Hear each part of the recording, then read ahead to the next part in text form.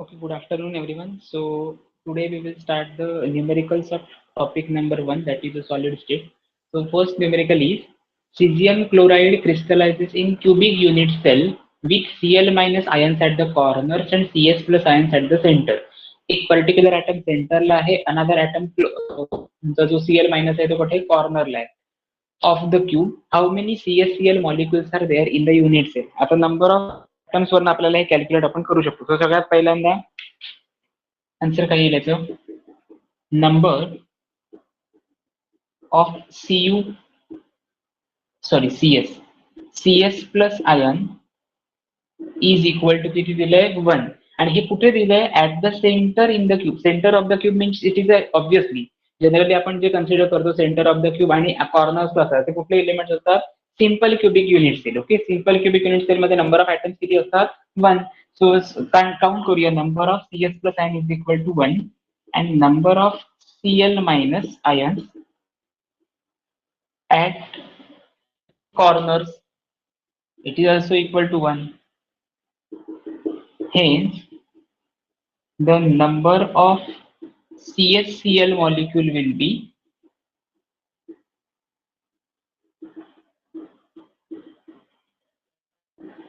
1. Okay, आता हे identify कसं करायचं नंबर ऑफ CsCl? तर लक्षात ठेवायचं जे कुठले जनरली कंपोनंट सीझियमचे मोस्ट ऑफ द कंपोनंट ते BCC structure as well as simple cubic structure दाखवतात. सिंपल क्युबिक स्ट्रक्चर मध्ये जे कंपोनंट्स असतात त्याच्यामध्ये रेशो जो असतो तो 1:1 असतो.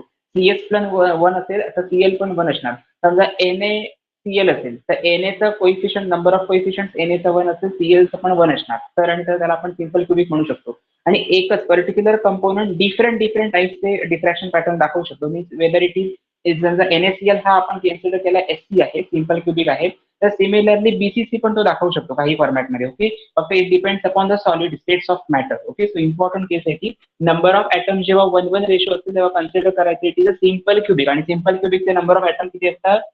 1 असतात. ओके, त्याच्यावरून आपण आयडेंटिटी. त्याच्यासमोर तुम्हाला जॉमेट्री सांगितली असते तर काय सांगितलं असतं तुम्ही? जॉमेट्री ऑफ द स्ट्रक्चर किंवा crystal structure is simple cubic. Crystal structure is equal to simple cubic structure. हे आयडेंटिफाय कुठल्या याच्यावरनं केलं? वर्ड वरनं, ऍट द कॉर्नर्स आणि at the centres of the cube. Okay, so हे इम्पॉर्टंट वर्ड आहेत. ह्या टोटल टॉपिक मध्ये असाच पार्ट आहे की नंबर ऑफ ॲटम्स कॅल्क्युलेट करताना आपल्याला माहिती असायला पाहिजे. सिंपल क्युबिक साठी नंबर ऑफ ॲटम्स 1 असतात, बीसीसी साठी बॉडी सेंटर क्युबिक साठी नंबर ऑफ ॲटम्स 2 असतील आणि एफसीसी साठी नंबर ऑफ ॲटम्स 4 असणार आहेत. Okay, second example copper crystallizes in FCC unit cell. Copper crystallizes in FCC unit cell. Copper crystallizes in FCC cell. Then, with the edge length of 495 picometer, with the edge length of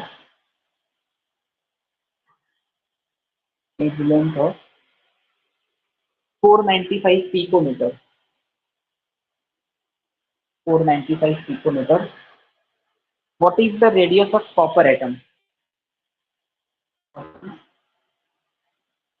The radius of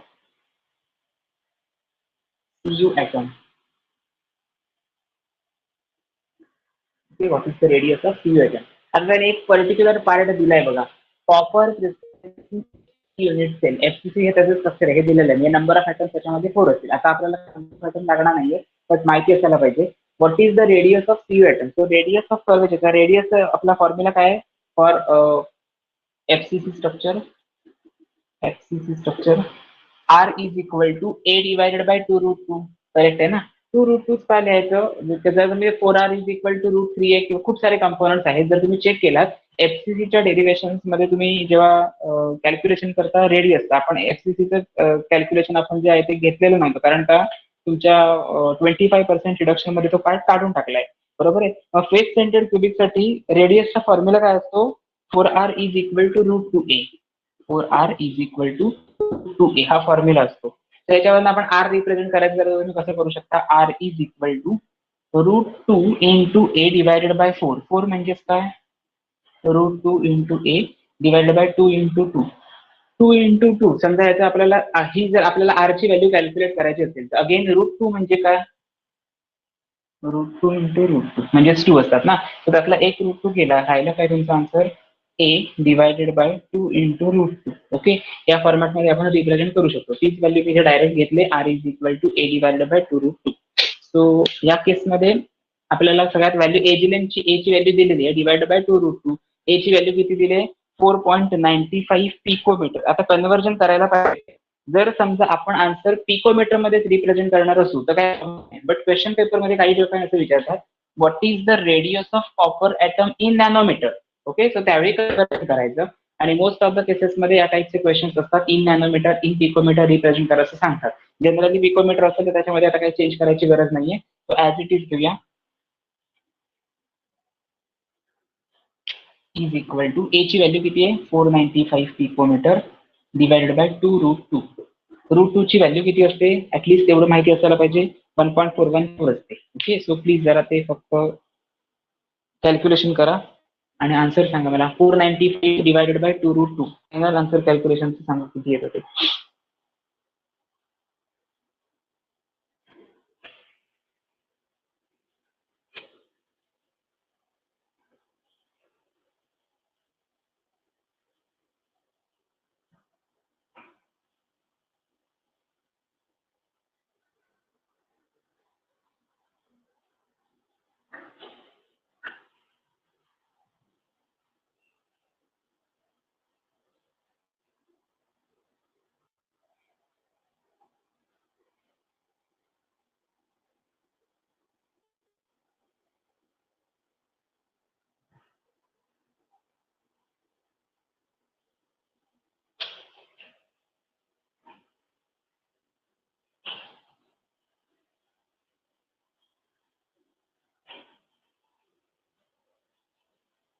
check करा. Ashish answer wrong आहे.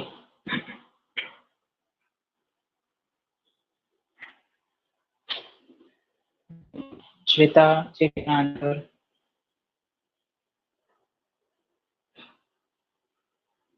No, wrong आहे. Yes, it is 175 picometer. Ashish नाही होते, नाही करायची नाही. Okay, so 175 picometer is your correct answer. Radius of your CU atom, copper ॲटमची radius किती मिळाली 175 picometer is the correct answer. Screenshot घेतला तरी चालेल किंवा शक्यतो लिहून घेतला तर बरं होईल. फॉर्म्युला लिहून in the sense means formula at least जिथे नवीन फॉर्म्युला मिळतात ना ते एका पेजवर शक्यतो लिहून काढायचे. आणि मी ऍज अ स्टुडंट म्हणून मी तुम्हाला एक सजेशन देईन. मी काय करतोय, एक क्वेश्चन घेतला आणि त्याच्यावरती नंबर ऑफ क्वेश्चन, आता या टाईपचा प्रॉब्लेम पेपरमध्ये येण्याचे चान्सेस खूप कमी आहे, बट याच्यावरती पेपरमध्ये येण्याचे क्वेश्चन जास्त आहे. मी म्हटलं की एफसीसी हा पार्ट जरी काढून टाकला त्यांनी तरी तुमचं एफसीसीची जी न्यूमेरिकल्स आहेत ना ती तशीच ठेवली आहेत त्यांनी पेंडिंग. म्हणजे असं काही केलं नाही की एफसीसीचा पार्ट तो पूर्ण टोटली काढून टाकला ॲटॉमिक पॅकिंग फॅक्टरचा म्हणजे त्याचा क्वेश्चन येणार नाही. ते काय सांगतील, त्यांनी असं म्हटलंय डिफरंट क्रिस्टल स्ट्रक्चर किंवा क्युबिक सेल मध्ये जे काही मॉलिक्युल रिप्रेझेंट करतात जॉमेट्री वाईज ते त्याच्याबद्दलचे आपण इन्फॉर्मेशन देतो. एज लेंथ म्हणा किंवा रेडियस ऑफ कर्वेचर म्हणा किंवा अजून काही जे काही पार्ट असतील त्याप्रमाणे. ओके, सो जर सगळ्याच गोष्टींमध्ये असं जर आपण कन्सिडर केलं की what is the edge length, what is the radius, what is area of cross section, what is volume, तर त्याच्यामध्ये काही चेंजेस होणार नाही आहेत, त्या व्हॅल्यू तुम्हाला कॅल्क्युलेट कराव्या लागतील. बट ते टर्म्स माहिती असायला पाहिजे. इज इक्वल टू √2 हा फॉर्म्युला कन्वर्जन करून आर ची व्हॅल्यू कॅल्क्युलेट केलंय आणि मग पुढचं कॅल्क्युलेशन आहे. सो प्लीज कुठेतरी एक जर ब्लँक पेज तुमच्याकडे असेल तर सायमल्टेनियस फॉर्म्युला लिहित जरा, ह्याच्यात काही फॉर्म्युला नाहीये पण ह्याच्यामध्ये आहे. सो फॉर एफसीसी असं लिहून ठेवा ए डिवाइड बाय 2 √2. हेच जर समजा मी बीसीसी साठी सांगितलं तर 4r इज इक्वल टू √3 हा फॉर्म्युला आहे. ओके, हे तुमचं वर्किंग असतं होम वन. ओके, सो म्हणजे जो काय असतो तो हा असतो. बीसीसी साठी तुम्हाला मी सांगितलंय 4r इज इक्वल टू √3 आहे. सिम्पल क्यूबी साठी काय असतं ए इज इक्वल टू 2r म्हणजे r is equal to A by 2. Okay, या टर्म्स मध्ये रिप्रेझेंट केलं पाहिजे. सो एक पेज घ्यायचं तिथे एफसीसीचं असं क्वेश्चन आला म्हणून आपण ते लिहिलं, तो फॉर्म्युला फक्त लिहून काढा म्हणजे सायमल्टेनियस फॉर्म्युले पण जनरेट होतात. तुम्ही उलट करता, सगळं लिहून झाल्यानंतर ते क्वेश्चन फॉर्म्युले आन्सर, क्वेश्चन फॉर्म्युले आन्सर वाचत जातात. काय उपयोग आहे का त्याला, जर समजा फॉर्म्युले सगळेचे सगळे लर्न असतील, माहिती असतील तर त्याच्यावर तुम्हाला कुठलाही क्वेश्चन कसाही सॉल्व्ह करता येणारच आहे. Okay,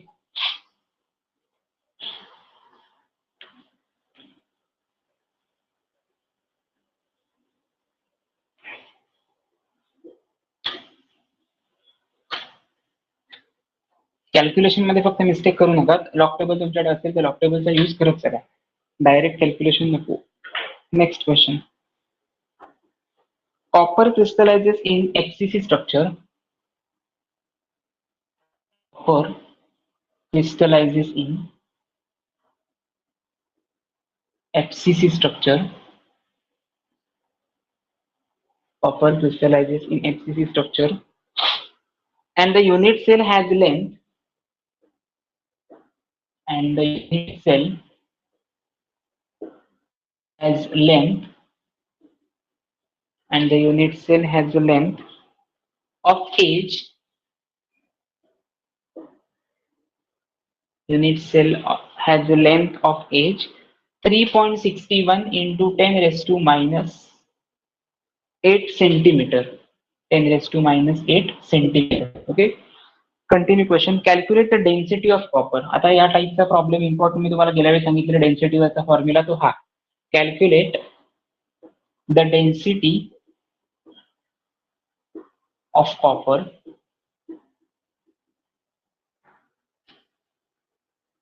atomic mass of copper is given in bracket. Atomic mass of copper is equal to 63.5 gram per mole. Okay, 63.5 gram per mole. Okay, हा इम्पॉर्टंट पार्ट आहे जे कॅल्क्युलेशन आपल्याला करायचं त्याच्याबद्दलचं. Okay, copper crystallizes in FCC and unit cell has the length of edge 3.61 into 10 raised to minus 8 centimeter. Calculate the density of copper. Given data काय काय ते लिहून घेऊया. Copper FCC structure. FCC structure मध्ये number of atoms किती असतात? FCC number of atoms 4. Correct ना? Next, and the unit cell has the edge length. Edge length ची व्हॅल्यू असते A. A is nothing but your edge length, that is 3.61 into 10 raised to minus 8 centimetre. 10 raised to minus 8 centimetre. इथे कुठे त्यांनी काय conversion वगैरे काही सांगितलं नाही, पिकोमीटर असं काही सांगितलेलं नाही, कॅल्क्युलेशन करायची काही गरज नाही. अगेन गिवन व्हॅल्यू आहे atomic mass of Cu. Atomic mass of that is 63.5 gram per mole. 63.5 gram per mole. Okay, again आता मला एक सांगा, ऍटॉमिक मास दिलेला आहे. जर समजा मोलार मास आपल्याला कॅल्क्युलेट करायचं असेल तर पर्टिक्युलर एका गिवन मासला आपण काय कन्सिडर करतो? डिवाइड करतो ॲव्होगाड्रो नंबरने. सो ॲव्होगाड्रो नंबरची व्हॅल्यू, ॲव्होगाड्रोज नंबर NA ची व्हॅल्यू आपल्याला लागणार ना फॉर्म्युलामध्ये. ॲव्होगाड्रोज नंबर इज इक्वल टू, ॲव्होगाड्रो नंबरची व्हॅल्यू NA1 माहिती आहे का कोणाला? 10 raised to ची पॉवर तरी माहिती आहे ऍटलीस्ट. 6.0226 असतं. ऍक्च्युअली 2.323 घेतलं तरी चालतं. इंटू 10 raised to 23 हे तुमचे करेक्ट व्हॅल्यू आहे. लक्षात ठेवायचं ॲव्होगाड्रोज नंबर NA ने आपण रिप्रेझेंट करतो. NA. ओके, NA मधला जो A असेल तो सुद्धा कॅपिटल घ्यायचा, स्मॉल घ्यायचा नाही तर सोडियमचा सिम्बॉल होणार तो. म्हणून त्याचं मिनिंग आहे Avogadro's number 6.022 into 10 raised to 23 gram per mole और पर मोल. ओके, नेक्स्ट इथे लिहूया पर मोल. फॉर्म्युला काय? डेन्सिटी आपल्याला कॅल्क्युलेट करायची. फॉर्म्युला काय डेन्सिटीचा? इज इक्वल टू किंवा रो इज इक्वल टू कसं कन्सिडर करूया? Rho is equal to MM into divided by A cube into NA. Okay, M the number of moles, MB the molar mass, A cube and NA. आपल्याला value given आहे त्याच्यामध्ये number of ॲटमचा part दिलाय, पण मास दिलेला आहे का? M is molar mass, आणि atomic mass आपण कॅपिटल करताना इंडिकेट करताना करतो A ने इंडिकेट करतो.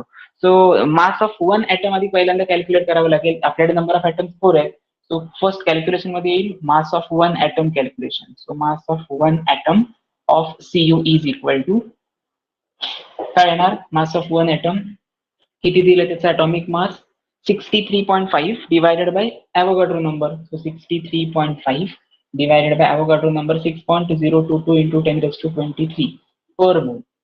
ओके, पर मोल हे तुमचं करेक्ट आन्सर असेल. कॅल्क्युलेशन करून जरा मला फक्त याचा आन्सर सांगा किती येतं ते.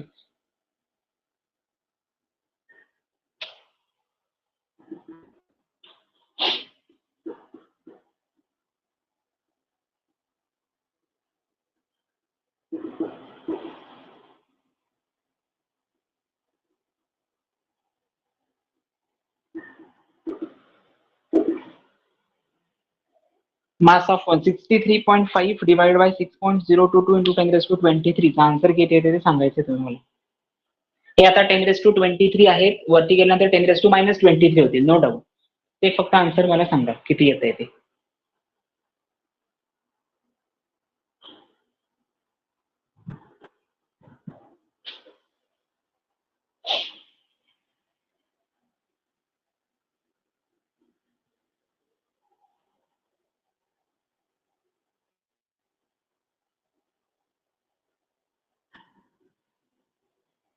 ह्याचं कन्व्हर्जन जर 60 मध्ये करून घेतलं तर खूपच सोपं होईल.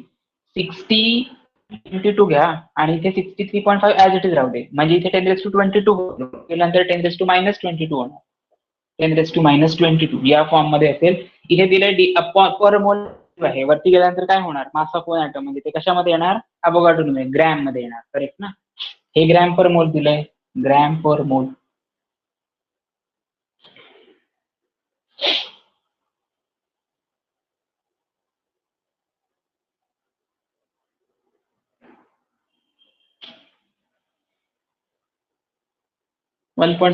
येणार किती येते ते सांगा जरा आन्सर. 63.5 divided by 60.22. अप्रॉक्स नकोय मला फायनल करेक्ट आन्सर हवंय, कारण त्याची व्हॅल्यू आपल्याला कुठेतरी फायनल यूज करायची आहे. जेव्हा आपण फायनल आन्सर कॅल्क्युलेट करतो तेव्हा अप्रॉक्सिमेटला गेला तरी चालतं, काही प्रॉब्लेम येत नाही, कारण ते ऑप्शन्स मध्ये तेच दिसणार तुम्हाला.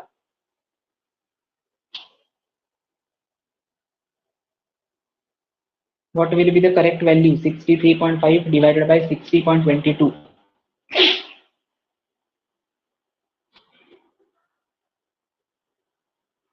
10.54 और 1.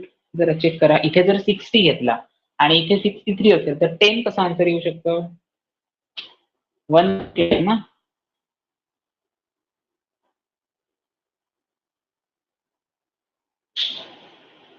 ओके, 6 तुम्ही घेऊन करत असाल तर करेक्ट आहे.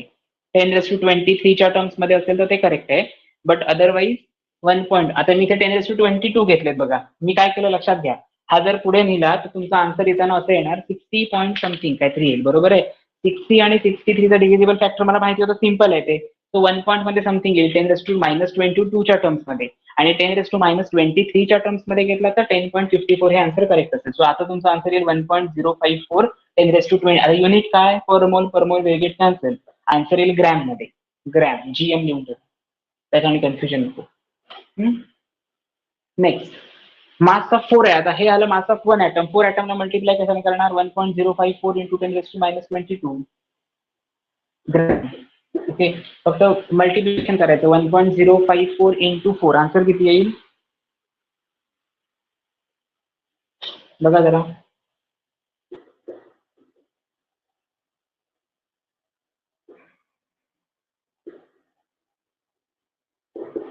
4.216 इंटू 10⁻22 येते. Okay, 4.216 into -22 gram. हे झालं मास ऑफ 4 ऍटम. आपल्याला कॅल्क्युलेट करायची डेन्सिटी. डेन्सिटीचा formula, density rho is equal to mass upon volume, बरोबर ना. मग डायरेक्ट आन्सर येईल मास अपॉन व्हॉल्यूम. मासची व्हॅल्यू आपल्याला मिळाली, व्हॉल्यूम मिळाला नाही अजून आपल्याला. व्हॉल्यूमची व्हॅल्यू आपण कॅल्क्युलेट केली नाही, सो आपण डायरेक्ट कॅल्क्युलेट करूया. 4.216 into 10⁻22 gram divided by volume म्हणजे काय, ए क्यूब म्हणजे व्हॉल्यूम असतो. सो ए ची व्हॅल्यू दिलेली आहे 3.61 इंटू 10⁻8 सेंटीमीटर पॅकेटचा क्यूब. ओके, आता याचं कॅल्क्युलेशन जे फायनल असेल ते तुमचा डेन्सिटीचा आन्सर असणार, gram per CM cube. Okay, आधी सगळ्यात पहिल्यांदा कॅल्क्युलेशन करताना व्हॉल्यूम कॅल्क्युलेट करून घ्या. हे 3.61 क्यूब आधी करून घ्या, त्याच्यावरून सिम्पल होईल.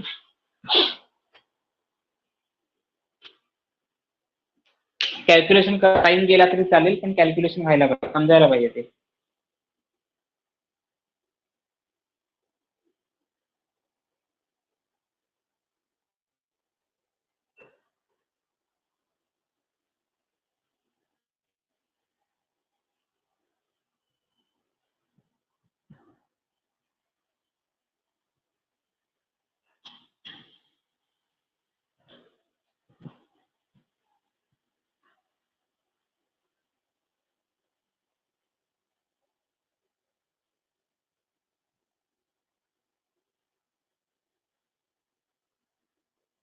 ओके, आज तुम्हाला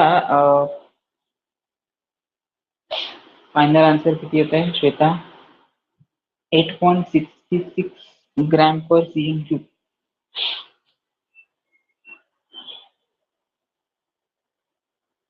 अदर स्टुडंट्स किती येते आन्सर? श्वेताचा आन्सर आलाय, बाकी त्यांचं काय?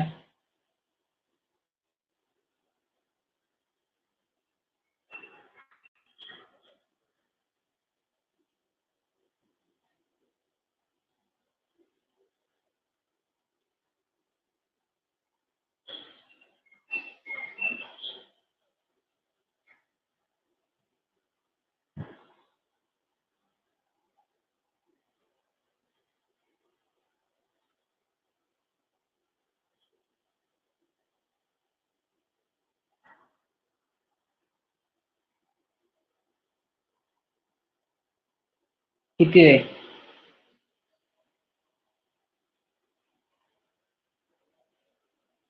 थोडा टाइम गेला तरी चालेल, फक्त प्रॉपर कॅल्क्युलेशन करून आन्सर कॅल्क्युलेट करा. म्हणजे आन्सर एकदा करेक्ट आलं की फक्त प्रॉब्लेम बघणं एवढंच तुमचं काम राहतं. नंतर इथेच आन्सर इनकरेक्ट आहे, पेंडिंग कॅल्क्युलेशन नंतर करतो म्हणायचं, मग काय त्याला अर्थ नाहीये.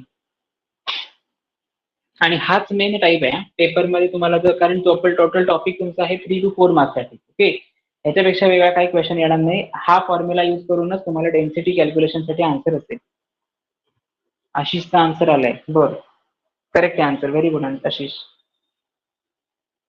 It is 8.96 gram per CM cube. 8 answer इथे लिहितोय, gram per CM cube. Answer correct आहे. Very good, keep it up.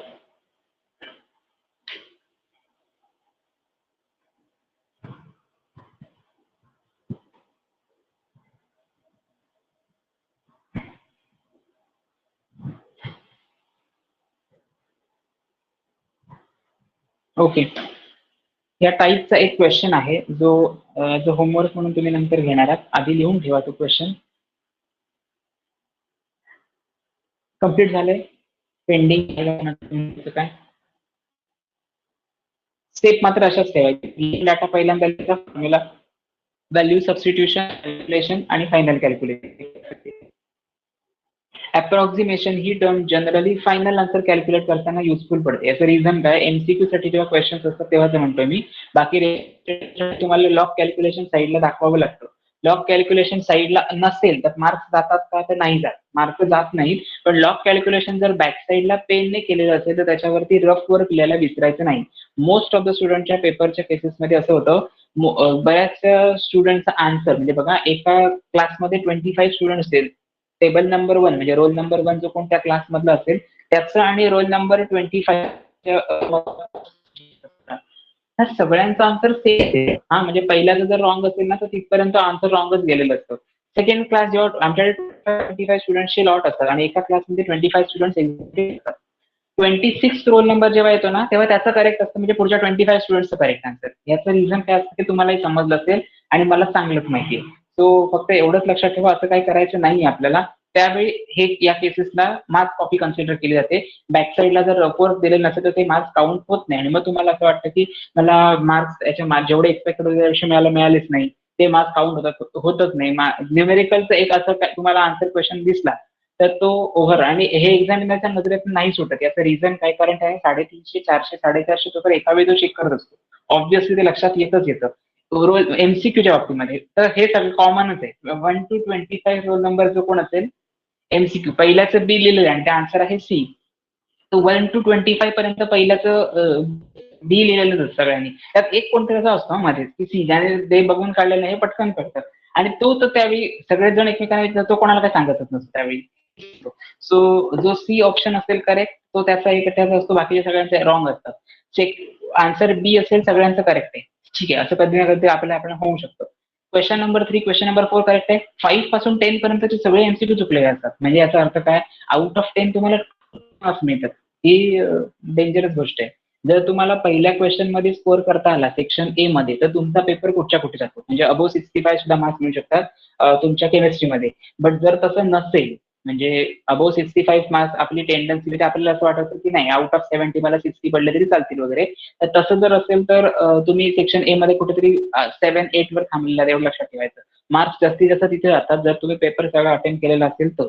आणि मोस्ट ऑफ द स्टुडंटची त्याच स्टुडंटची question number A, section A तुमचा कम्प्लीट होतो ज्यांचं प्रॉपर प्रिपरेशन सगळ्या टॉपिकचं झालेलं आहे. एक जरी टॉपिक ऑप्शनला टाकलेला असेल तरी सेक्शन सी मध्ये तुम्ही गडबडता. ओके, आणि कुठल्या ऑप्शनला टाकायचं हे तुम्हाला नेमकं समजत नाही आणि टोटल टाका, तुम्ही टॉपिकच्या टॉपिक ऑप्शनला टाका, ते रॉंग आहे. टॉपिक नाही ऑप्शनला टाकायचा, क्वेश्चन्स ऑप्शनला टाकू शकता, टॉपिक कसे काय टाकू शकता तुम्ही. तुम्हाला कुठे माहिती आहे सीईटी जेईला काय येणार, आणि आता तुम्हाला असं वाटत असेल नंतर बघूया, आता आधी स्टेट बोर्डचं करूया. तर तुम्हाला एक सांगतो, स्टेट बोर्डला लिमिटेड सिलेबस आहे, जेई नीटला लिमिटेड सिलेबस नाहीये आणि ते कंबाईन क्वेश्चन्स असतात. 2 to 3 concept questions most of the questions असतात 4 मार्क्ससाठी आलेले. आणि तिथे तुम्ही ते जर प्रिपेअर केलेलं नसेल स्टेट बोर्डला तर तुम्ही पुढच्या 1.5 महिन्यामध्ये कसं करू शकता ते 2 वर्षाचा स्टडी एकदम एका आपल्याला 2 महिन्याला जेवढं शिकवलेलं ते टर्म युनिट टेस्ट किंवा टर्म एक्झामला लिहिता येत नाही. तर 2 वर्षाचं एका महिन्यात म्हणजे खूप लांबचीच गोष्ट झाली. ठीक आहे, take next question. Aluminium crystallizes. होमवर्कसाठीचे क्वेश्चन जे आहेत ते नंतर देतो, कारण हार्डली आता आपल्याकडे 2-3च प्रॉब्लेम्स राहिलेत पेंडिंग. त्याच्यानंतर येस 2च प्रॉब्लेम्स आहेत. Aluminium crystallizes in cubic. Aluminium क्रिस्टलायझेस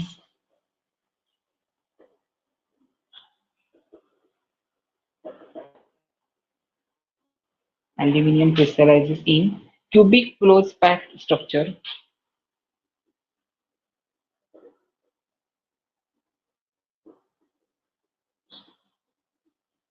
Cubic close packed structure with unit cell edge length. With unit cell edge length. With unit cell edge length of 353.6 of 353.6 picometer. Okay, 353.6 picometer. What is the radius of aluminium atom? What is the radius of aluminium atom? What is the radius of aluminium atom? How many unit cells are there in? How many unit cells are there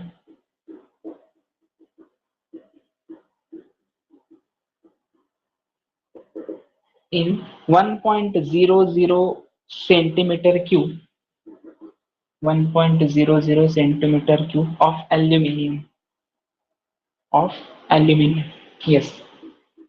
okay, हा question आहे, तुम्हाला answer solve करायचे. सगळ्यात पहिल्यांदा question काय विचारलाय, aluminium crystallizes in cubic close packed structure with unit cell edge length, म्हणजे A ची व्हॅल्यू दिलेली आहे, त्याच्यावरून तुम्ही व्हॉल्यूम वगैरे काय असेल कॅल्क्युलेट करायचं तर करू शकता. What is the radius of aluminium atom. आता रेडियस कॅल्क्युलेट करायची एज लेंथ दिलेली आहे आणि त्यांनी म्हटलंय क्युबिक क्लोज पॅक स्ट्रक्चर. पॅकिंगसाठी फॉर्म्युला काय, क्युबिक क्लोज पॅक म्हणजे आधी काय, जो आता आपण बघितलेला पार्ट होता तोच, म्हणजे कुठला एफसीसी स्ट्रक्चर म्हणजे cubic close packing structure. Okay, so cubic close packing structure त्याच्यात मेन्शन पण केलेलं आहे त्यांनी, cubic close pack structure with edge length of 353.6 picometer. What is the radius of aluminium atom. सगळ्यात पहिल्यांदा मगाचा जो फॉर्म्युला होता R is equal to A divided by √2, तो फॉर्म्युला यूज करून A ची व्हॅल्यू कॅल्क्युलेट करावी लागेल, त्याच्यावरनं व्हॉल्यूम कॅल्क्युलेट करावं लागेल, एज लेंथ दिलेली असेल त्याच्यावरनं व्हॉल्यूम कॅल्क्युलेट करू शकता तुम्ही. आणि मग नंबर ऑफ युनिट सेल साठी काय करणार, जे आन्सर आलेलं असेल डिवाइड, हा आता 1 सेंटीमीटर क्यूब साठी त्याने विचारले ना, so 1.00 centimetre cube divided by that volume. It is nothing but your radius of aluminum as well as number of unit cells which are present in the structure. So one by one solve करूया. Aluminium crystallizes in, मी आता AL तसंच लिहिलंय, crystallizes in CCP म्हणजे cubic close packing. सीसीपीचं ज्याला आपण HCP सुद्धा consider करतो और एफसीसी कन्सिडर करतो. हेक्सागोनल क्युबिक क्लोज पॅकिंग आणि क्युबिक क्लोज पॅकिंग याच्यामध्ये डिफरन्स आहे. सो क्युबिक क्लोज पॅकिंग साठी आपण यूज करतो फॉर्म्युला, जनरली अल्युमिनियम जो क्रिस्टलाइज होतो तो क्युबिक क्लोज पॅकिंग मध्ये एफसीसी स्ट्रक्चर शो करतो. ओके, हे लक्षात ठेवायचं. सो क्युबिक क्लोज पॅकिंग साठी एज लेंथ त्यांनी दिलेली आहे, edge length is equal to 353.6 picometer. 353.6 picometer. So मग आता फॉर्म्युला काय for FCC? A is equal to, sorry, R is equal to A by 2 root 2. So A ची value किती आहे? 353 picometer divided by 2 root 2. Root 2 ची value कशी सांगितली? 1. Value असते रूट 3 ची. सो डायरेक्ट सबस्टिट्यूट करू रूट 2 ची value 353.6 picometer divided by 2 into 1.41. 1.41. आता जरा चेक करूया. 1.41 हा डिनॉमिनेटर मध्ये आलाय आणि न्यूमरेटर मध्ये आलेला आहे 353.6. याचा आन्सर कॅल्क्युलेशन करून मला जरा सांगा. तुमची रेडियस ऑफ ॲटम आर ची व्हॅल्यू ॲल्युमिनियम. आणि पुढचा एक क्वेश्चन आहे बघा, रेडियस ऑफ ॲल्युमिनियम ॲटम. फक्त मला जरा कॅल्क्युलेशन ऑब्विसली पिकोमीटर मध्ये येणार ती.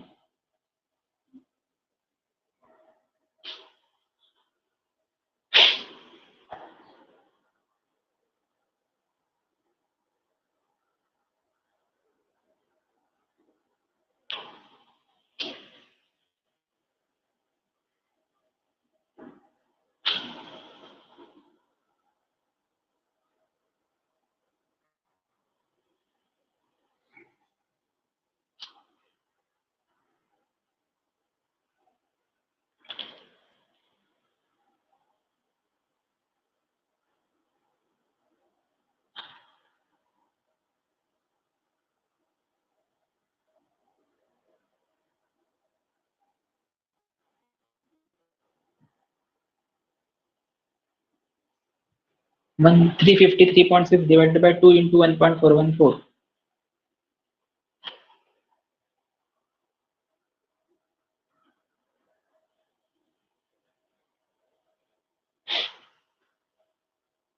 येस 124.99 म्हणजेच किती? 125. Okay, 125 picometer is your correct answer. So this is the value. कशाची आली व्हॅल्यू? ही रेडियसची आली. तुम्हाला विचारलंय काय? Volume of 1 unit cell. So volume of 1 unit सेलची व्हॉल्यूम कसं कॅल्क्युलेट करतो आपण? Volume of unit cell is equal to A cube. बरोबर ना? ए ची व्हॅल्यू किती दिले? ए ची व्हॅल्यू किती दिले? 353.6 पिकोमीटर. 353.6 पिकोमीटर म्हणजेच किती? ह्याचा क्यूब येईल तुमचा 3.53 इंटू 10⁻⁻8 सेंटीमीटर ब्रॅकेट क्यूब. बरोबर ना? व्हॉल्यूम आपण ग्रॅम पर सीएम क्यूब किंवा सीएम क्यूब मध्ये कॅल्क्युलेट करणार. सो 3.53 इंटू 10⁻⁻8 सेंटीमीटरचा क्यूब. त्याचं कॅल्क्युलेशन करून सांगा फक्त जरा. 3.5 आहे ना तिथे, म्हणजे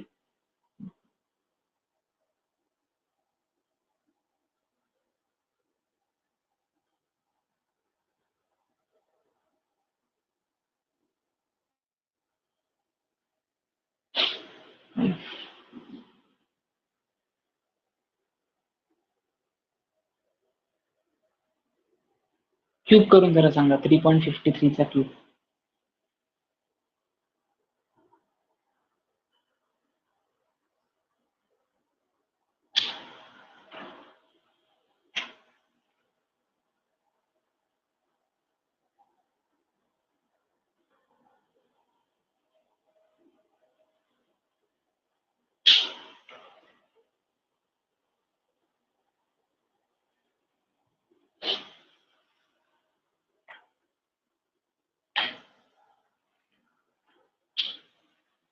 ते तर जरा चेक करा आन्सर अगेन. इनकरेक्ट आहे.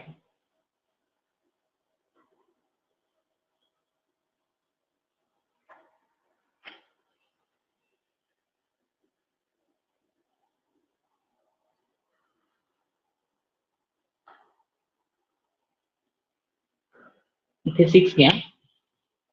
हे 6 घ्या इथे. ग्रेटर दॅन 5 म्हणजे डिजिट मध्ये चेंज ना.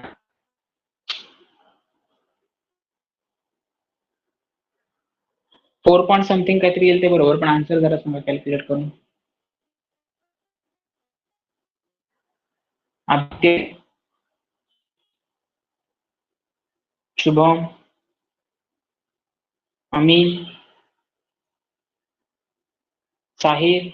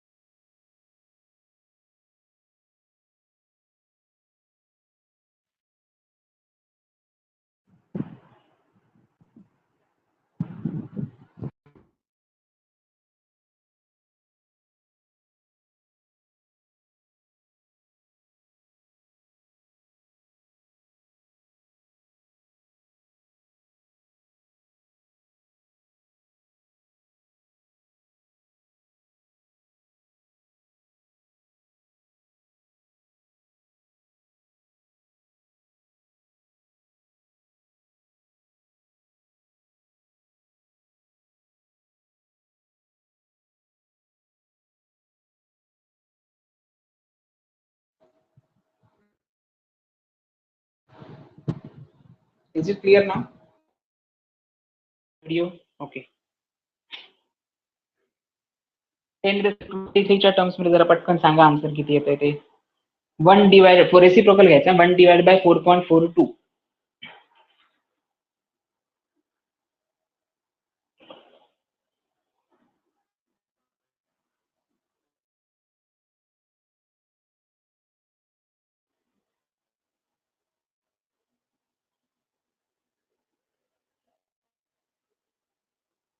ओके. आज काय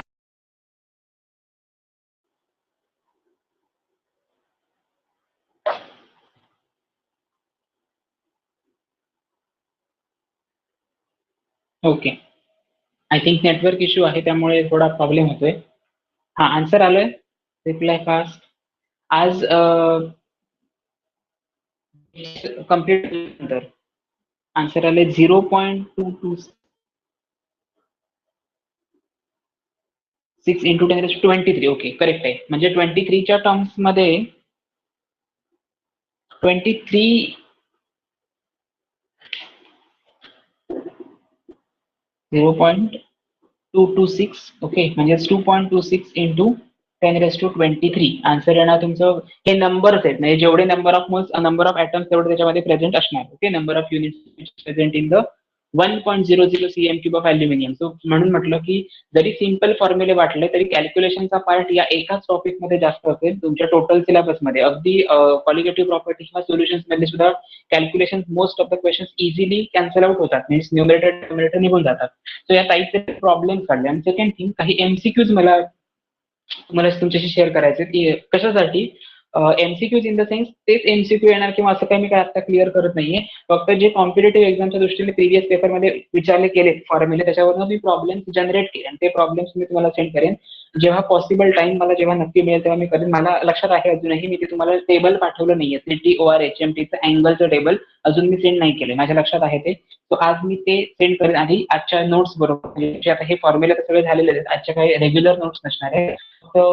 फॉर्म्युले तुम्ही जर लिहून स्क्रीनशॉट काढलेले असतील प्लीज ते नोट डाऊन करा. नोटबुक मध्ये लिहून काढा. ते स्क्रीनशॉट घेऊन तुम्हाला कोणीही एक्झाम हॉलमध्ये वाचायला देणार नाहीये.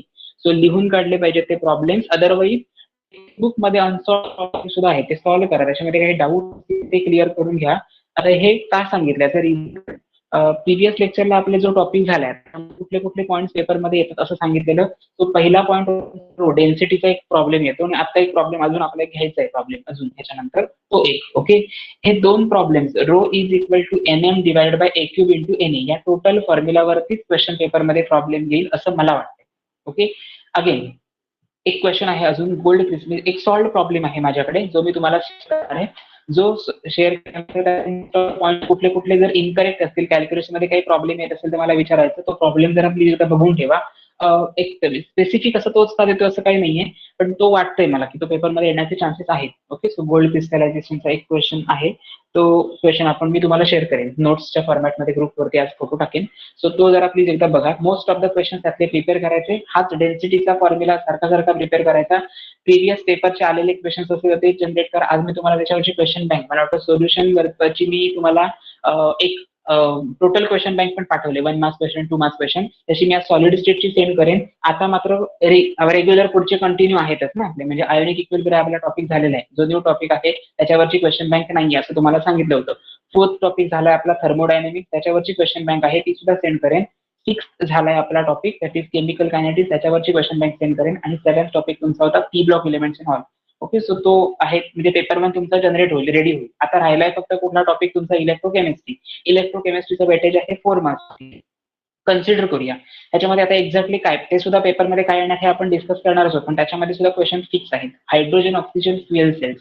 Okay hydrogen oxygen fuel cells त्याच्यामध्ये कन्स्ट्रक्शन वर्किंग अँड प्रिन्सिपल फक्त त्याच याचं येऊ शकतं. Otherwise nicad that is nickel and cadmium म्हणून आहे. निकेलचं शॉर्टकट म्हणजे तुमचा सिम्बॉल आपण लिहितो NI आणि कॅडमियमचा CD लिहितो पण त्यांनी स्पेलिंग मध्ये लिहिताना CAD असं मेन्शन केलंय. सो निकॅड असं त्याला कन्सिडर केलं जातं. निकॅड जो तुमचा फ्युएल सेल आहे किंवा बॅटरीज मध्ये युज केला जातो तो गॅल्व्हॅनिक म्हणजे इलेक्ट्रोलायटिक सेल आणि इलेक्ट्रोमेरिक सेल याच्यामध्ये व्होल्टाईक सेल याच्यामधला जो डिफरन्सचा पॉईंट आहे तो येतो. आणि कोलार श्लावरचा एक प्रॉब्लेम आहे. आता हा जर प्रॉब्लेमचा पार्ट झाला तर रिमेनिंग क्वेश्चन कुठल्या इक्वेशन वरती न्यूमेरिकली. आता मला जर ॲज एक्झामिनर मला विचाराल तर मी क्वेश्चन टाकेन, पोलार श्लॉबारचा एक क्वेश्चन पेपर मध्ये टाकेन, पण त्यामध्ये स्टेटमेंट असेल अलॉंग विथ प्रॉब्लेम, म्हणजे थिअरी माहिती आहे की नाही स्टुडंटला हे मी एक्झामिन करेन आणि मग प्रॉब्लेम टाकेन. सेकंड टाकेन मी hydrogen oxygen fuel cell construction वरती जे थेरी रेटामार मेंबर्स असणार ते सगळं करून जाणार ते, आणि लगेचच क्वेश्चन असणार सेक्शन डी मध्ये मात्र तो टाकेन, तो असेल तुमचा फ्युएल सेल.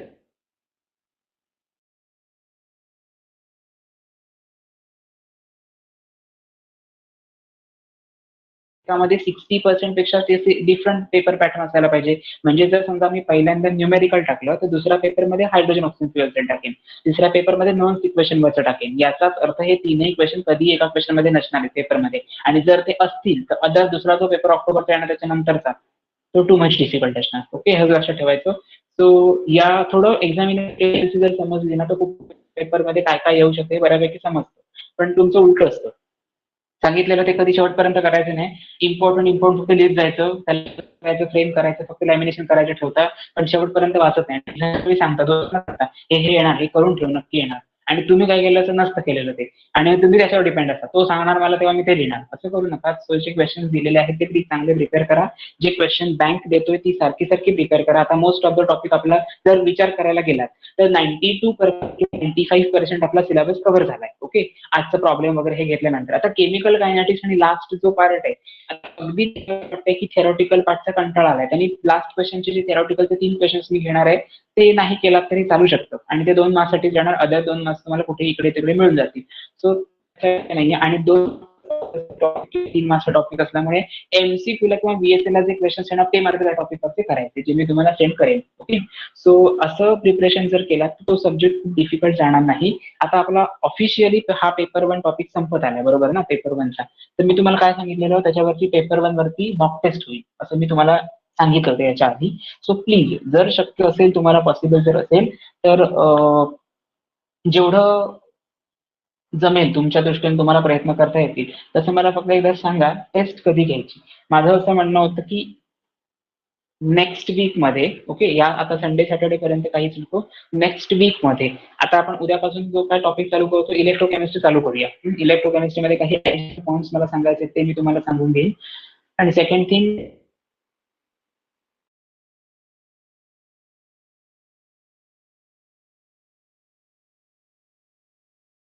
न्यूमेरिकल्स, तर मात्र तुम्हाला त्याची टेस्ट द्यावी लागेल. याच्यानंतरचं काय करणार तर मी ह्या तुम्हाला जे आता फोटो सेंड करणार आहे, म्हणजे question 1 marks question, 2 marks question असे जे आहेत ते क्वेश्चन आन्सर जरा तुमच्या नोट्स मध्ये तुम्हाला अवेलेबल होतात का. त्याच्यामध्ये डी ब्लॉक आणि एफ ब्लॉक हा जो टॉपिक आहे त्याच्यामध्ये जे 1 मार्क्सचे क्वेश्चन्स आहेत त्याच्यामध्ये थोडी डिफिकल्टी लेवल जास्त आहे. For example, multiple oxidation state असणारे कुठले कुठले एलिमेंट्स आहेत. आता ऑक्सिडेशन स्टेटचं टेबल तुम्हाला सगळ्यांना माहिती आहे, बट मल्टिपल ऑक्सिडेशन स्टेट +3 नंतरच्या हे माहिती नसतं. ओके, मग तुम्ही ते सगळं लिहून ठेवतात, scandium, platinum, vanadium, chromium, magnesium, iron, cobalt, nickel, copper, zinc. नंतर तुम्हाला असं वाटतं झिंक मध्ये एकच ऑक्सिडेशन स्टेट असते किंवा कॉपर असतं, मग तो काढून टाकूया, बाकी सगळे ठेवूया. असं नाहीये, त्याला लॉजिक आहे काहीतरी क्वेश्चन मागे. So maximum oxidation state, most stable oxidation state, number of oxidation, less number of oxidation state. List number म्हणजे +2 +3 चा लिस्ट नंबर, आणि लेस नंबर म्हणजे क्वांटिटी, +2 +3 +4 मधली क्वांटिटी. सो हे अंडरस्टँडिंगचा पार्ट आहे, त्यासाठी तुम्हाला टाइम लागेल. प्रॉपर टायमिंग घ्या, आणि फक्त कधी, माझं असं म्हणणं होतं की नेक्स्ट वीक शक्य पॉसिबल असेल तर ट्युजडे किंवा मंडेला टेस्ट घेऊया, म्हणजे येत्या मंडे किंवा ट्युजडे पर्यंत ह्याची पेपर 1ची टेस्ट असायला पाहिजे. आणि परत असं असणार, इलेक्ट्रोकेमिस्ट्री तुम्ही उद्यापासून सुरू करा, मग त्याचा आम्ही अभ्यास कधी करायचा. मी असं एक्सपेक्ट करतोय की तुम्ही डेली स्टडी करताय, असं मी एक्सपेक्ट करतोय आणि तुमच्याशी बोलतोय. तर तुम्हाला जेव्हा आता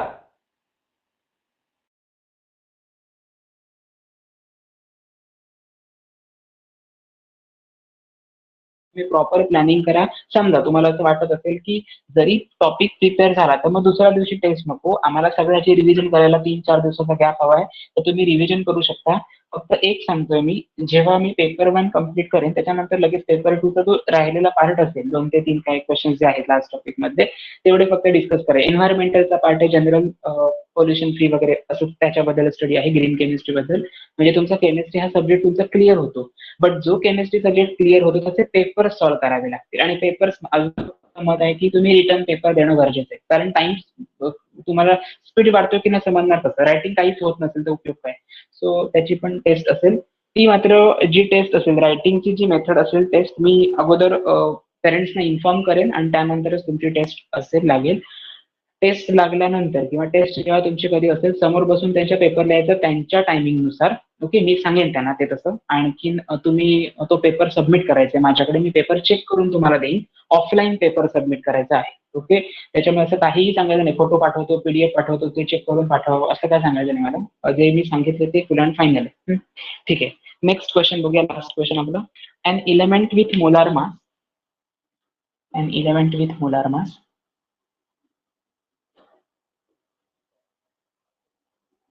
an element with molar mass. ओके, माझ्याकडे एका स्टुडंटचा डाऊट असा होता की आयसो इलेक्ट्रॉनिक पॉइंट म्हणजे काय. Iso electronic point in the sense the it is actually ही आयसो इलेक्ट्रॉनिक पॉइंट ही व्हॅल्यू ही रिलेट करते पीएच. आयसो इलेक्ट्रॉनिक पॉइंट म्हणजे काय, पीएच ची रिलेट करते.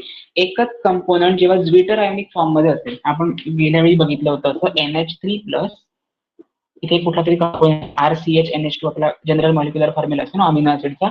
सो NRNH3+ आणि इथे असेल COO-, इथे काहीतरी तुमचं असेल CH3 आणि इथे कन्सिडर करूया अरोमॅटिक रिंग आणि CH2 किंवा CH3 असं आहे, असं कंपाऊंड कन्सिडर करूया.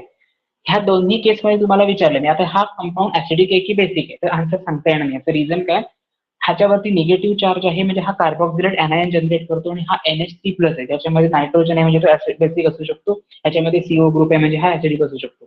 बट ज्या कुठल्या पीएच ला हा मॉलिक्युल स्टेबल आयसोलेट करता येतो, एक्झिस्ट करता येतो, त्या आपण कन्सिडर करतो आयसो इलेक्ट्रॉनिक पॉइंट. ओके, और आयसो इलेक्ट्रिक पॉइंट.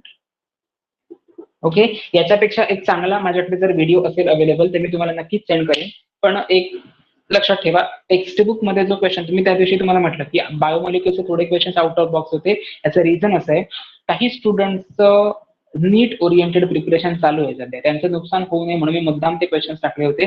त्यांना सुद्धा त्याचे म्हणजे त्यांना समजायला पाहिजे डिफिकल्टी लेवल किती आहे. आणि ज्यांचं जेई लेवलचं क्वेश्चन प्रिपरेशन चालू आहे, मी सांगतोय ते करा. जेवढे क्वेश्चन सॉल्व्ह केलेले आहेत टेस्ट मध्ये, आपण जेवढे question number of question solve केलेले आहेत, तुम्ही आता सुद्धा जर ते ओपन करून बघितला तुमच्याकडे, म्हणजे तुम्ही जेव्हा सबमिट करता तुम्हाला जेव्हा स्कोर दिसतो तेव्हा खाली मॅटर येतो कुठला करेक्ट आहे इनकरेक्ट आहे. इनकरेक्ट क्वेश्चन्स आहेत ना ते टेस्ट नंबर 1 पासून ते परत सॉल्व्ह करा. It's a type of revision. ते का करायचं, करेक्ट क्वेश्चन आले त्याचं नॉलेज तुम्हाला तेव्हा सुद्धा होतं, आता पण असणार आहे. जे करत गेलात करेक्ट क्वेश्चन कुठले आहेत ते, आणि इनकरेक्ट क्वेश्चन सॉल्व्ह केलात परत, म्हणजे propanol when treatment with AgNO3 undergo dehydration two gives A and A when react with टोलन्स reagent two gives B. Answer काय येणार, पण तेव्हा तुम्हाला टोलन्स रिएजंटची रिएक्शन कशाबरोबर ते माहिती नव्हतं. ती रिएक्शन होते अल्डिहाइड बरोबर, म्हणजे जो A असणार त्याच्यामध्ये कुठेतरी अल्डिहाइड कंपोनंट असणार आहे हे तर समजलं. आणि त्याच्यामध्ये टोलन्स रिएजंट केल्यावर तुम्हाला काय मिळतो प्रोडक्ट, कार्बोक्सिलेट एनायन मिळतो B. तो ऑप्शन करेक्ट आहे का बघायचा. जेव्हा ती कन्सेप्ट रॉंग होती आपला आन्सर रॉंग होतो, आता ते करेक्ट येते का चेक करायचं. अजूनही ते समजलं नसेल तर प्लीज मला विचारा ती कन्सेप्ट काय आहे, परत रिपीट करायचं असेल तर. कारण त्यावेळी मी काय करणार आहे, ज्या स्टुडंट्सचे नंबर ऑफ टॉपिक्स पेपर 2 चे राहिलेले आहेत, म्हणजे मला वाटतं सुरुवातीचे 2-3 टॉपिक बऱ्याच जणांचे राहिले असतील, हायड्रोजन डेरिव्हेटिव्ह वगैरे, सो ते आपण क्विकली रिवाइज करूया एकदा. त्यावेळी अटेंडन्स मात्र कंपल्सरी नसेल, रेकॉर्डेड व्हिडिओज अवेलेबल असतील. सो ज्यांनी ते अटेंड केलंय त्यांनी लेक्चर ते नाही बघितला तरी चालेल, तुम्ही तुमचा टाइम तर दुसऱ्या सब्जेक्टसाठी द्या, अदरवाईज केमिस्ट्री प्रिपरेशनसाठी द्या, टेस्ट प्रिपरेशनसाठी. Okay, an element with molar mass 27 gram per mole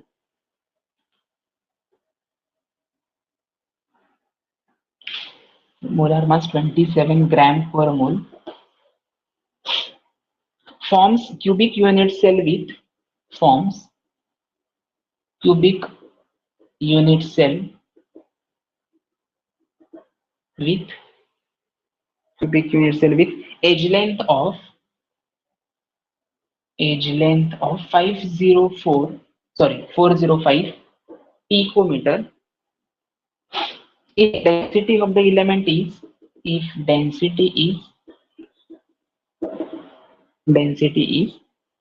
2.7 gram per cm cube. 2.7 gram cm cube. What is the nature of cubic unit cell? What is the nature of cubic unit cell? फक्त प्रॉब्लेमची मी hint देतो, problem आता हा तुम्ही solve करायचा आहे. आणि second thing जे तुम्हाला ऍज अ होमवर्क म्हणून जे क्वेश्चन द्यायचे ते पाहिजे ते मी तुम्हाला फोटोच्या फॉर्मॅटमध्ये सेंड करेन. फक्त जरा प्लीज लवकर सांगा याचा answer. And element with molar mass 27 gram per मोल. आता त्यांनी मोलार मास दिलेला आहे, कॅपिटल एम ची व्हॅल्यू दिलेली आहे 27 gram per mole. Second, forms a cubic unit cell with edge length. A ची व्हॅल्यू दिलेली आहे 405 पिकोमीटर. इफ डेन्सिटी रो ची व्हॅल्यू दिलेली आहे 2.7 gram per CM cube. What is the nature of a cubic cell, म्हणजे त्यांना काय consider करायचं, याच्यातनं तुम्हाला काय समजलं ते आधी बघा. आतापर्यंत तुम्हाला असं विचारलेलं होतं, ही व्हॅल्यू विचारायचे ते, आणि बाकीचा हा सगळा पार्ट दिले. The crystallizes, the NaCl crystallizes in BCC structure, NaCl crystallizes in FCC structure, या टाईप मध्ये क्वेश्चन विचारले आहेत. आता त्यांनी विचारले मोलार मास दिलेलं आहे, एज लेंथ दिलेली आहे, त्याच्यामधनं डेन्सिटी. आता डेन्सिटीचा जो कुठला फॉर्म्युला आहे तो कॅल्क्युलेट करावा लागेल. रोचा फॉर्म्युला काय आहे, NM divided by A cube into Na. ह्याच्यातलं तुम्हाला n ची व्हॅल्यू कॅल्क्युलेट करायची. हे कशावरून मी कन्सिडर केलं, जर तुम्हाला नंबर ऑफ ऍटम समजले, if number of atom is equal to 1, then it should be crystal structure should be SC, simple cubic structure. If n is equal to 2, then it should be BCC, body centered cubic structure, and if n is equal to 4, then it will be FCC, face centered cubic structure. हा जर data ज्याला माहिती असेल, number of atoms वरनं आपण crystal structure determine करू शकतो, तर हे आपण कॅल्क्युलेट करू शकतो. सो डेन्सिटीची व्हॅल्यू दिलेली आहे A क्यूब, ए ची व्हॅल्यू दिलेली म्हणजे 405 पिकोमीटर. तुम्हाला आधी व्हॉल्यूम कॅल्क्युलेट करून घ्यावा लागेल. तो सबस्टिट्यूट केला की Na ॲव्होगाड्रो नंबरची व्हॅल्यू, ॲव्होगाड्रो नंबरची व्हॅल्यू किती आहे, 6.022 इंटू 10⁻23. आता जरा बघा, हे आहे 2.7 रो ची व्हॅल्यू. बघा आताच मला समजलं हे, आणि लास्टची डिवाइडला आहे ना 27, म्हणजे ते कॅन्सल आउट कुठे ना कुठेतरी होणार, एवढं कन्फर्म आहे. 10⁻23 ची पॉवर 10⁻22 पर्यंत येऊ शकते इझिली. या टर्म्स मध्ये कॅल्क्युलेशन केलं तर खूप इझी पडेल.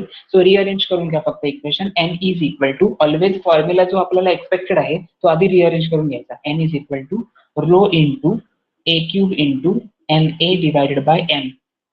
ओके, रो ची व्हॅल्यू किती दिली, that is the density, that is the 2.7 gram per CM cube. मी आता युनिट लिहत नाही, फक्त एवढंच लिहितोय 2.7. ए क्यूब ची व्हॅल्यू किती आहे 405 पिकोमीटर. बघा आता डेन्सिटीची व्हॅल्यू दिलेली आहे ग्रॅम पर सीएम क्यूब, आणि याची ए ची व्हॅल्यू दिलेली आहे पिकोमीटरच्या फॉर्म्स मध्ये. म्हणजे तुम्हाला काय करावं लागेल, सेंटीमीटर मध्ये कन्वर्ट करावं लागेल.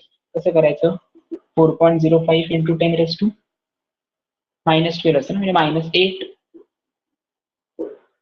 चा क्यूब, बरोबर ना. ए क्यूब म्हणजे व्हॉल्यूम असतो, सो 10⁻⁻8 चा cube in multiplied by Avogadro number. Avogadro नंबरची value 6.02 into 10⁻23 divided by divide by m ची व्हॅल्यू किती आहे 27 ग्रॅम. हे बघा, हा डिव्हिजिबल फॅक्टर आहे तो निघून जातोय. आता आधी चेक करायचं, हे 8 आहेत आणि याचा आपल्याला क्यूब घ्यायचा आहे. -8 आणि त्याचा क्यूब घ्यायचा आहे, म्हणजे आन्सर -24 मध्ये. हे जर -24 आणि इथे +23 असतील तर आन्सर येणार -1 मध्ये, म्हणजे ती पण फॅक्टर जातोय. तो ते आधीच कन्वर्ट करून घेतला जर 27 मध्ये, तर कॅन्सल आउट होऊ शकतात. सो या टर्म्स मध्ये सिम्प्लिफिकेशन जर केला तर खूप इझी जातं. अदरवाईज ते तुमचं कॅल्क्युलेशनची मेथडच जबरदस्त असते. म्हणजे काय, 0. आता तुमचा आन्सर असं आलेलं असेल 4.000000005, आणि त्याला मल्टिप्लाय करायचं असेल, समजा करायचं असेल तुम्हाला 15 ने मल्टिप्लाय करायचं असेल, तर एक डायरेक्ट तुम्हाला सिम्पल असं आहे, म्हणजे नॉर्मल जो डोक्याचा माणूस आहे तो असं करायला पाहिजे. आणि 15 ला डायरेक्ट मल्टिप्लाय करायचं, हे निग्लेक्ट करायचं. तुम्ही नाही तसं करणार, कारण तुम्ही ॲबनॉर्मल. सो 5 इंटू 0 परत येऊन 0 आणि त्यात उगाच टाइमपास करत बसणार. सो असं काही करू नका. जे आन्सर सिम्प्लिफाय करायला शिका. तुम्हाला सीईटी आणि जेईला हेच शिकायचं असतं, सिम्प्लिफिकेशन. त्या सगळ्यांना माहिती आहे, तुमचा जो पेपर सेटर असेल त्याला माहिती आहे की तुमच्याकडे ना लॉक टेबल आहे, कॅल्क्युलेशनसाठी कॅल्सी नाहीये. अगेन, ज्यांना ज्यांना जेईची एक्झाम अपियर करायची त्याच्यासाठी माझे एक व्हिडिओ आहे. तिथे काही एक्झाम्स म्हणजे एनटीए कडनं ज्या एक्झाम्स कंडक्ट केल्या आहेत नॅशनल टेस्टिंग एजन्सीकडनं, त्यांच्यासाठी कॅल्सी यूज करता येतो. ते तुमचं जे पॅड म्हणजे तुमचा जो मॉनिटर असणार, तुमच्याकडे जी स्क्रीन असणार पीसी वरती एक्झाम चालू असेल तर तिथे तुम्हाला कॅल्सी यूज करता येतो. सायंटिफिक कॅल्सी म्हणत नाहीये मी, त्या स्क्रीनवरचा कॅल्सीचा पार्ट आहे जो तुम्हाला माहितीच नसेल इथे आहे ते. इथे लॉग कॅल्क्युलेशन किंवा कॉस्ट इन्व्हर्शन वगैरे तुम्हाला मिळतात, फक्त डिव्हिजन किंवा जो पार्ट आहे तो त्याच्यामध्ये नाही नसतो त्याच्यामध्ये. तर मी तुम्हाला त्याचा एक व्हिडिओ सेंड करून ठेवेन, जर तुम्हाला पॉसिबल असेल तर तो व्हिडिओ जर चेक करा. तुमच्या पीसीला किंवा तुमच्या अशी काही टूल्स आहेत का तुमच्याकडे ते चेक करून घ्या. जर तसं असेल तर यूज टू व्हायला पाहिजे तुम्ही त्याच्याशी, म्हणून तुमच्या कानावर गोष्ट घालून ठेवली. ठीक आहे, याचा आन्सर जरा मला कॅल्क्युलेट करून तुम्ही सांगणार आहात आज.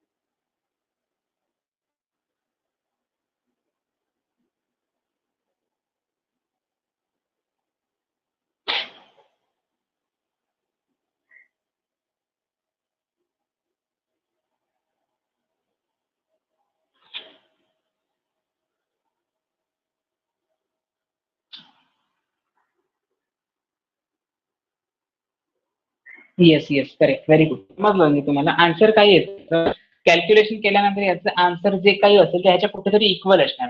बघा मी काय म्हणतोय, जर समजा तुम्ही जे काही कॅल्क्युलेशन केलेलं असेल तर त्याच्यावरनं तुम्हाला नेचर माहिती असायला पाहिजे. म्हणून मी सांगितलं हे स्ट्रक्चर जे आहे ते प्लीज लर्न करून ठेवा.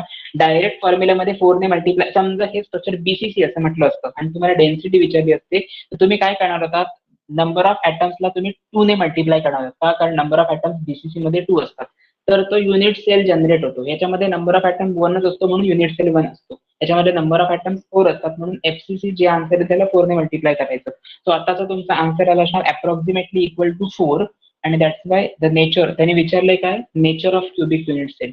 So the nature of cubic unit cell is equal to FCC, face centred cubic structure. Okay, समजलं ना. सो या टर्म्स मध्ये क्वेश्चन सॉल्व्ह करा. आता काही याच्यावरचे एमसीक्यू किंवा मला जर पॉसिबल असेल तर मी प्रॉब्लेम्स मी तुम्हाला as a important as a homework म्हणून आजचे सॉल्व्ह करायला देईन. शक्यतो ते आजचे प्रॉब्लेम्स आजच करावे अशी माझी एक प्रामाणिक इच्छा आहे. बघूया तुमच्यातले किती जण करून मला फोटो पर्सनलला सेंड करतात किंवा तुम्ही ह्याच्यामध्ये टाकला तरी चालेल, वरती सुद्धा टाकला तरी चालेल, पण शक्यतो पर्सनल टाकला तर तुमच्या ज्या मिस्टेक असतील ते आपल्याला डिस्कस करायला टाइम मिळतो. ओके, सो इथपर्यंतचा पार्ट जेवढा झालाय तेवढा आजचे फक्त ते 6 प्रॉब्लेम्स आहे. टॉपिकला वेटेज आधी चेक करून त्याच्यानंतर भरपूर अभ्यास करायचा का किंवा ते काय ते ठरवा तुम्ही, कारण 3 मार्क्सच्या टॉपिकला वेटेज आहे, 3 to 4 मार्क्स. सो 4 मार्क्ससाठी तुम्हाला हार्डली 2 मार्क्ससाठी प्रॉब्लेम येऊ शकतो आणि 2 मार्क्ससाठी डेन्सिटीवरचा प्रॉब्लेम असू शकतो. याच्यापेक्षा व्यतिरिक्त याच्याही पेक्षा डिफिकल्टी लेवल जास्त असणारी व्हॅल्यू किंवा कॅल्क्युलेशनसाठी मोठा प्रॉब्लेम असं काहीही येणार नाही. मी याच्याबद्दल 101% शुअर आहे. अगेन कॉम्पिटेटिव्ह एक्झामसाठी मी सांगितलेल्या ॲटॉमिक पॅकिंग फॅक्टरची ऑर्डर मात्र लक्षात ठेवा.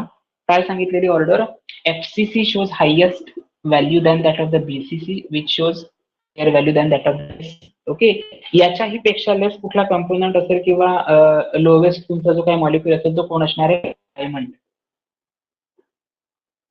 याचा ॲटॉमिक पॅकिंग फॅक्टर खूप लेस असतो, मला वाटतं 13 किंवा 15च्या आसपास असतो किंवा 23 पर्यंत जास्तीत जास्त असेल. सो हे एक लक्षात ठेवा, ॲटॉमिक पॅकिंग फॅक्टरची व्हॅल्यू त्याची सगळ्यात लेस असणार, लिस्ट असणार. मी हे का सांगितलंय, कारण जे तुमच्या एनसीईआरटीच्या सिलेबसमध्ये आहे तुम्हाला दिलेला पार्ट एचसी, बीसीसी आणि एफसीसी पर्यंतच आहे. बट अदर क्रिस्टल स्ट्रक्चर म्हणून डायमंड कन्सिडर केला जातो आणि त्याच्यासाठी तुम्हाला सांगितलं की त्याची व्हॅल्यू माहिती असायला पाहिजे. ओके, सो एवढा पार्ट तरी माहिती असू देत निदान, जेणेकरून तुम्हाला एक्झामला कधीही असा प्रॉब्लेम येता कामा नये. काही वेळा असं देतात, याची व्हॅल्यू दिलेली असते, याची व्हॅल्यू दिलेली असते आणि सांगतात विथ रिस्पेक्ट टू एफसीसी आणि बीसीसी त्याचा रेशो कॅल्क्युलेट करा. रेशो कॅल्क्युलेट करताना जी व्हॅल्यू एफसीसीची असेल न्यूमरेटर मध्ये विथ रिस्पेक्ट टू असं जे काय म्हटलेलं आहे त्याच्यानंतर जी व्हॅल्यू असते ती डिनॉमिनेटर मध्ये येते. विथ रिस्पेक्ट टू या वर्ड नंतर जी कुठली व्हॅल्यू दिलेली असेल ती डिनॉमिनेटर मध्ये घ्यायची, weather it is SC, BCC किंवा एफसीसी काही असू दे ते, पण अशी घ्यायची. त्या ट्रिक्स आहेत काही, प्रॉब्लेम खूप फिरवून फिरवून विचारणार. सिमिलरली आपण थर्मोडायनामिक्स मध्ये एक क्वेश्चन बघितला होता डब्ल्यू मॅक्सचा, मॅक्झिमम वर्क डनचा. मी तुम्हाला त्यावेळी पण सांगितलेलं minus of 2.3 NRT log to the base of P2 upon P1 आणि V1 अपॉन V2 याच्या व्हॅल्यूज कशा कन्सिडर करायच्या, कुठला फॉर्म्युला घ्यायचा, तो W is equal to minus of P external into V2 minus V1 हा फॉर्म्युला कधी घ्यायचा, तर ॲडियाबॅटिकली आणि रिव्हर्सिबली असं मेन्शन केलेलं असेल तर एक फॉर्म्युला युज करायचा असतो आणि आयसोथर्मलीसाठी एक वेगळा फॉर्म्युला युज करायचा असतो. 2 वर्ड महत्वाचे आहेत. हे कधी समजेल, आपण आता हे असं डिस्कशन केल्यानंतर जेव्हा तुम्ही लगेच ओपन करून बघाल तुमची नोटबुक, लगेच टेक्स्ट बुक ओपन करून बघाल, लगेच त्याच्या अंडर प्रॉब्लेम जे सॉल्व्ह केलेले ते बघाल, तेव्हा कुठेतरी समजणार की येस ते कोरिलेट केले. मग डोक्यात एकदा बसतो की काय प्रॉब्लेम नाही. आज आता तुम्ही सगळं बंद करून झोपणार असाल, विषय संपला मग सगळा. लक्षात राहणे हा विषय आपला नसतो आणि राहणार पण नाही तुमच्या. आणि नंतर मग तुम्ही एक्झामच्या वेळी सांगणार हा असं काहीतरी सरांनी सांगितलं होतं, उपयोग काय, आपण वाचलेलं नाही काय नाही, तो मग स्किप करायचा क्वेश्चन, त्याला काहीच अर्थ नाही. ओके, सो ठीक आहे, जेवढे होमवर्क साठीचे क्वेश्चन सेंड करेन. काही डाऊट्स असतील तर तुम्ही ते विचारा, प्रॉब्लेम्स मध्ये जे काय असतील ते. उद्या काय करायचंय, शक्य झालं तर आपण इलेक्ट्रोकेमिस्ट्री उद्या स्टार्ट करू आणि काही एमसीक्यूज मला डिस्कस करायचे होते. आयसो इलेक्ट्रॉनिक पॉईंट वरचं आणि ॲज अ टेबल मला द्यायचे. सो माझ्या जोपर्यंत लक्षात तोपर्यंत मी लगेच ते सेंड करून ठेवणार आहे, जेणेकरून तुम्हालाही ते बरं पडेल आणि मलाही. 12th स्टँडर्डचा रिझल्ट ऑलमोस्ट लागलेला आहे, सगळ्यांचा रिझल्ट चांगला आहे. त्यांची एक्झाम न होता रिझल्ट चांगला आहे, त्याच्यामध्ये काही नवीन असं काही नाहीये. बट तुमच्या वेळी एक्झाम होणार आहे, सो प्लीज बी प्रिपेअर. आणि नेक्स्ट जी टेस्ट असणार आहे ती मॉक टेस्ट असेल असं कन्सिडर करा. तुम्हाला सांगितलेलं आहे, टाइम दिलेला आहे. उद्यापर्यंत मेसेज कोणाचाही आला नाही, उद्या मी डेट डिक्लेअर करणार, तेव्हा मला रात्री सांगायचं नाही अजून 3 दिवस वाढून द्या म्हणून. ते नेहमीच असतं. तुम्हाला 25 दिवस आता ह्या महिन्याच्या शेवटी एक्झाम होणार आहे, ते शेवटचे दिवस कमीच पडणार. सो बेटर वे लवकर एक्झाम सांगितले की बरोबर अभ्यास होतो आणि फ्लो मध्ये पण राहतात तुम्ही. ओके, ठीक आहे. थँक्यू. असं काही डाऊट आहे आजच्या याच्यामध्ये लेक्चरमध्ये? काही कुठला प्रॉब्लेम समजला नाही किंवा कुठलं कॅल्क्युलेशन अजून इन पेंडिंग असेल calculation, take your own time, don't worry. But calculation हा 24 कसा आला हेच माहिती नाही, असं कोणाला वाटतंय का? 6.022 कोणत्या आले काय माहिती नाही.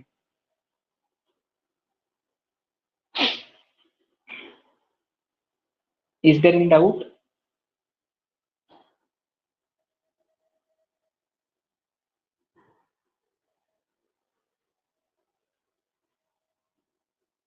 ओके, ठीक आहे. सो